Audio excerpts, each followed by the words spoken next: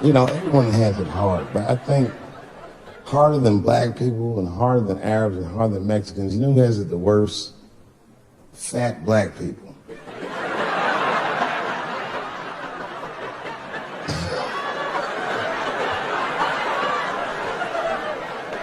It's hard for white people to understand, but that's what I'm saying is very true. Fat black people have a really rough road, because all manner of things kill white people, but you know what kills more black people than anything, more than police and terrorism? Salt, nigga. Regular ass table salt. Here, white people are getting Ebola cures and shit, and meanwhile, I'm dying from fucking the flavoring.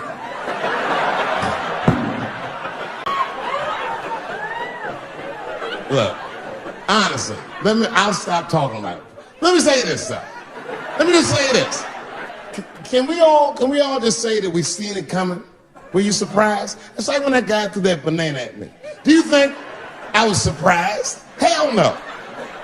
I've been in show business 30 years. I was expecting this banana. I knew one of these nights, it's like somebody gonna throw a banana at me one of these nights, niggas. Because that's how it starts, with the name calling. Like that Paula Deen. Remember Paula Deen got fired from the Food Network?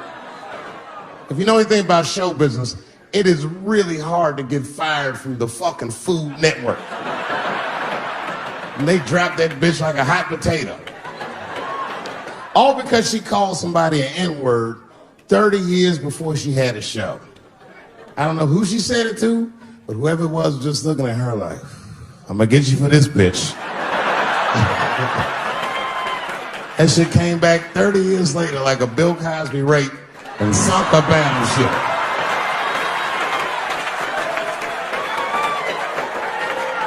And every black person was mad, but we weren't like that mad. It was more confusing than it was infuriating. I was just like, well, how's this bitch gonna call me a nigga when she taught me how to fry chicken? That's not fair.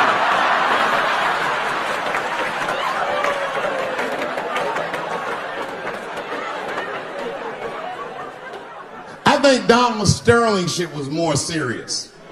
Remember Donald Sterling? He used to own the Clippers, and then he got caught on a secretly recorded tape saying some very unsavory things about African Americans. And there's a lesson in that for all of us. The lesson is, if you are old and white and racist in this great country, whatever you do, don't tell your black girlfriend about that shit, because that's who made the tape. She recorded all that shit, and the tape was terrible. He was like, stop bringing these black guys to my games. First, we're all confused, like, well, how the fuck are you gonna have a game without us?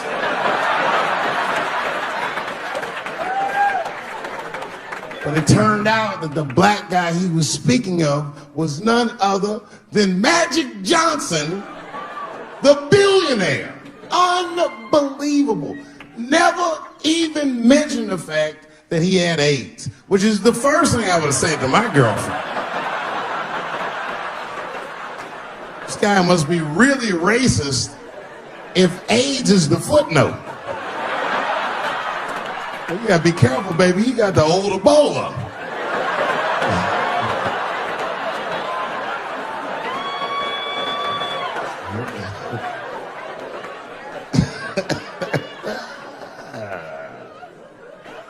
You can say what you want about that girl, but I'm gonna tell you right now, she is a goddamned hero. Because you might have thought these things were happening before, but now you can see it all in front of you without a shadow of a doubt. That shit actually went down. She sucked that old guy's dick. She really took one for the team on that one. That's really gross. This dick is like 80 years old. It's like tasting history. Like 5 wars on it, civil rights movement, Great Depression. This guy's been fucking from 40 years before Bill Cosby's first rape. This is a very old man. A very old penis.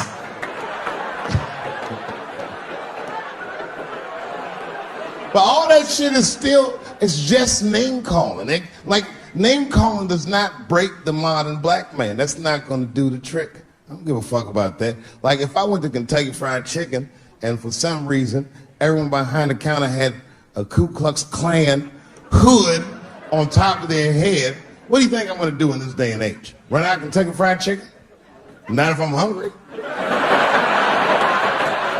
I'll go straight to the front. Hey man, let me get a 2-piece. I don't give a fuck what he says.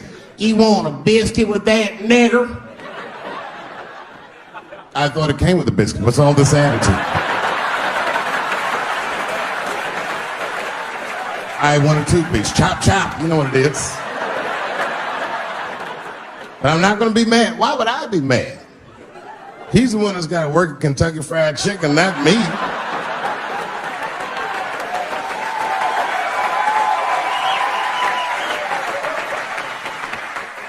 Well, how about this? What if I lived in Austin and I had a white girlfriend? It's possible in Austin. As a matter of fact, some people say it's necessary, but that's not the point. And me and my white girlfriend at home one night and we're just doing what lovers do. Maybe she's butt naked and she's down on one knee giving me a hand job. I love a good hand job. And she's really jerking me off. You know, getting her obliques nice and tight. I got a huge dick, so she's like, And I'm like, wow, this really feels wonderful. I think I'm gonna come. And then she looks at me and goes, come in my face, nigger. I know that's a tough one. But what do you think I'm gonna do? Hey!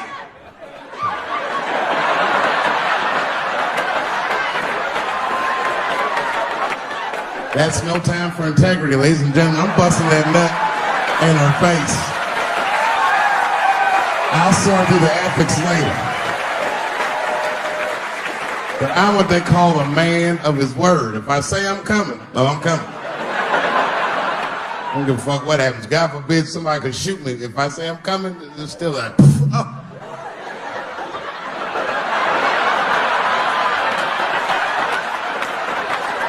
Doesn't mean I like getting shot.